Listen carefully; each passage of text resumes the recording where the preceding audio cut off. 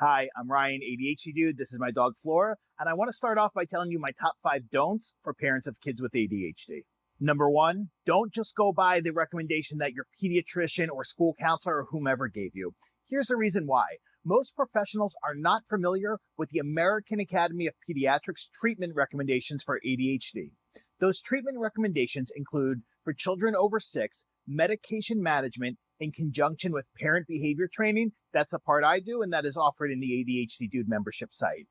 As a result of a lot of professionals not knowing the treatment recommendations, they often refer families to individual therapy for kids, which is not a recommended treatment for ADHD, and as many families who I've worked with have shared, is not really effective in addressing ADHD-related challenges as well.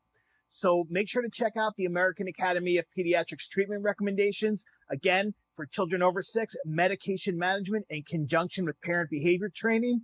For children under 6, the recommendation is start with parent behavior training and then look at the medication management piece as well. Number 2, don't do things for your kids that they can do themselves. You know, one of the things I often see with parents of kids with ADHD is because they get in the habit of doing a lot of prompting, and because a lot of kids with ADHD are very skilled at learned helplessness and emotional manipulation of their parents, what happens is parents start to overcompensate by doing things for their kids they can do themselves, and they actually start really kind of treating them like a much younger child. So what happens is when you do that, number 1, you're enabling overdependence on you. But more importantly, you're denying them the opportunity to develop their executive function skills. And most importantly, you're denying them the opportunity to develop the self-confidence that comes from recognizing you can do something on your own. So please do not do things for your children they can learn to do for themselves. Please do not make them overdependent on you by doing too much for them. Number 3, please don't take advice from random people in Facebook parent-to-parent support groups or ADHD parent support groups. And here's the reason why. I see a tremendous amount of misinformation being spread in Facebook parent support groups and Facebook parent ADHD groups. And I especially don't like seeing parents who are not licensed medical professionals give medical advice to other parents. And even if they were a licensed medical professional, that's still not something you're supposed to do. Look, there's a lot of people who are trying to be helpful in those groups, and I appreciate that. But there's also a lot of people who just love sharing their opinions and telling other people how to parent, and who really don't know any more about ADHD than you do. Number 4, please don't buy into all these gimmicks that are marketed to parents of kids with ADHD. Look, there's a lot of kids with ADHD out there, and there's a lot of parents who are looking for a quick fix or an easy way to deal with this. So as a result, there's a lot of gimmicks out there, a lot of different programs that really just try to separate parents from their money and say, we're going to cure your child's ADHD, or we're going to fix it, or do whatever. Or here's a gimmick that, you can use and they don't have to take medication. Here's what I want you to know. None of these gimmicks have really shown efficacy. Sure, some have illustrated some data showing that they can help increase attention span for a little bit. But at the end of the day, is that really your biggest struggle, is your child's attention span? Or is it their lagging executive function skills, or their behavior, or their social skills? So please do your research first, because I see so many things advertised on Facebook and Instagram for parents of kids with ADHD, and the vast majority of them are just gimmicks or quick fixes that really don't work. There's a lot of medications out there for kids with ADHD, and you have to talk with a licensed medical professional, and it might take months or even a year or longer to find one that works. So if one medication or even 2 didn't work out, that doesn't mean there isn't one that's going to work beautifully for your son or daughter. So please keep that in mind and always consult with a licensed medical professional about this. Here are my top 5 do's for parents of kids with ADHD.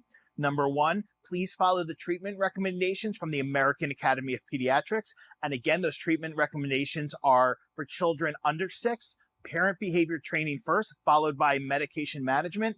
For children 6 and up, their treatment recommendation is medication management in conjunction with parent behavior training, the part that I do, that is offered in the ADHD Dude membership site. The reason I feel strongly about the AAP treatment recommendations is because the parent behavior training piece provides the scaffolding that kids need to develop skills, and the medication piece just supplements that. They really work beautifully when worked in conjunction with each other, so please keep that in mind. Number 2, do change the way you use language to help your child build their self-directed talk, what I call brain coach with kids, and to help them build executive functioning and also improve behavior.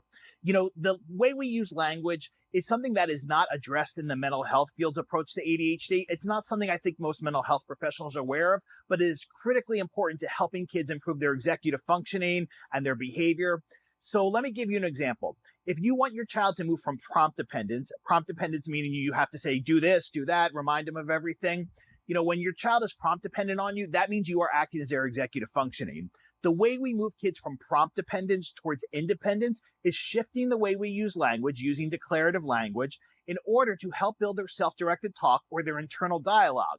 And when you do that, what happens is you're building that internal dialogue, which is lagging anyway. So you're really not just helping them build executive functioning, you're helping them build one of the skills that is lagging in kids with ADHD. Shifting the way you use language is something that is covered in the ADHD Dude membership site in webinar 1 of Executive Function Crash Course for Parents. That's the subject of that webinar. And I also cover it in Scaffolding Better Behavior and Self-Confidence.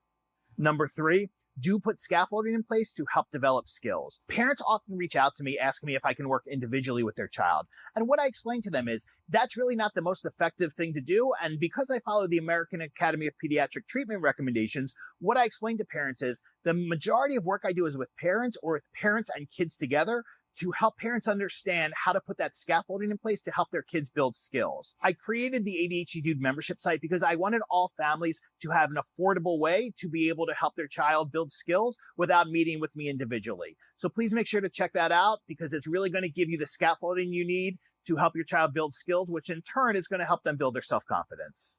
Number 4, connect past successes with things in the present or near future to help build confidence and teach your kids their abilities. One of the things that kids with ADHD struggle with is something called episodic memory.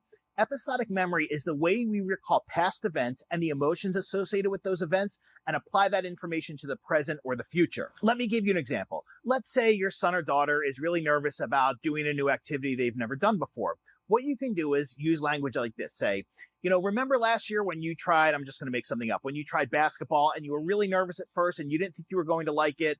Well, after you went the first time, you really liked the kids and you had fun. This is going to be the same but different. It's a new activity, volleyball, but it's just a different sport. When we connect past successes with things in the present or near future, what we're helping kids to see is that they're able to do things even if they're a little bit nervous or hesitant. And that's really important because really for kids with ADHD, they tend to not remember these things unless there's a strong negative emotion attached. So you might think, well, why aren't they remembering things that they felt good about or did well with? The reason is they just really don't. And that's why we have to help them build their episodic memory to help them realize their strengths and their abilities. Number 5, and this one's really important to me, please make sure your kids have time for unstructured play and hanging out where you're not hovering or directing things.